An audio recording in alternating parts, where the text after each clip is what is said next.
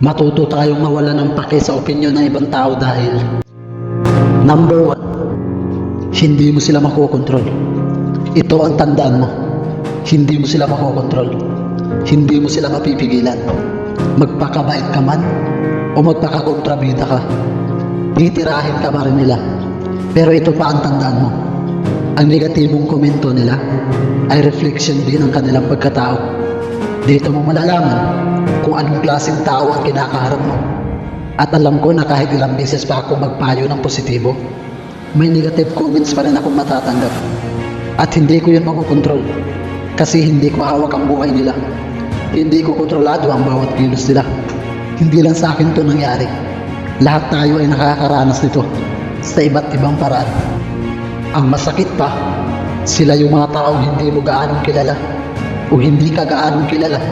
Pero alam mo ang dahilan kung bakit sila ganyan ay dahil namumuhay sila sa pangit na mundo. Sa mundong walang kaligayahan. Kasi kung iisipin lang natin, may masayahing tao ba ang naglalaan ng oras kakabato ng negatibong salita sa kapwa-tao? Wala.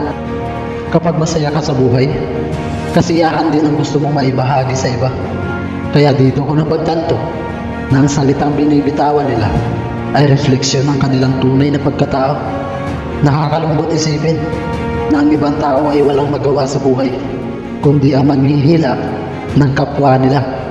Kaya ngayon, kung may naririnig kang negatibong opinion galing sa ibang tao, huwag kang mag-focus sa opinion na yun. Mag-focus ka lang sa ginagawa mo dahil ikaw lang ang nakakaalam kung ano ang may dudulot nito sa'yo. Huwag kang magalit. Huwag ka ding malungkot. Huwag mong hayaang makapasok ang negatibong opinion sa puso mo. Number 2, huwag kang matakot maging iba. Magpakatotoo ka. Huwag mong baguhin ang sarili mo para lang masakyan ang trip nila. Huwag mong itaboy ang tunay mong pagkatao. Huwag mong isuot ang balat na napulot mo lang sa daan. Ginagawa ko ang video na to dahil gusto kong makatulong. Isa din ako sa mga taong natamaan ng depresyon, pagkabalisa, pag-aalala, at labis na pag-iisip. Palagi akong nanonood ng mga motivational videos.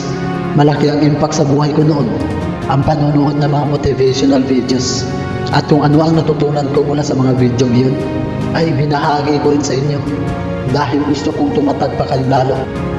My goal is to be honest and transparent because this is the only way to truly connect with people.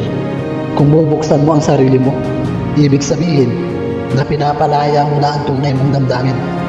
Para bang sinasabi mo na wala akong pakialam sa opinion ninyo. Trust me, your life will change. Huwag mong maliitin ang sarili mo. Huwag mong ipagkait ang kalayaan para sa sarili mo.